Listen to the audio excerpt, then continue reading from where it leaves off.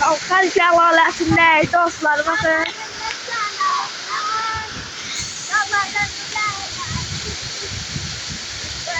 Bakın gönlüne tarafı.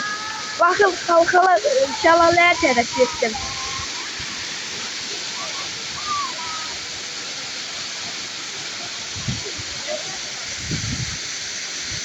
Buydu ona bakın.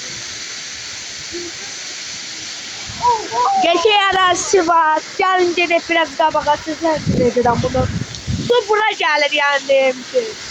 Bakın balıklara da bakın görürsünüz. De bakın balıklara.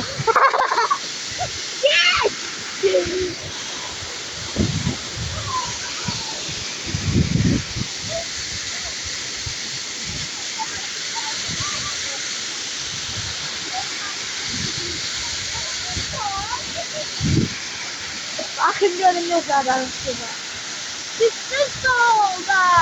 Olsun da YouTube'a göre danslı videomuz patladık biz. O kadar çıkacak. Da beste koy vere. Gözler altından yavrudu. Mökken. Kalka. Gidin. Bakın dostlar. Sizler çok buna gelmiş bir video çekeriz. Bakın Turan salam ver.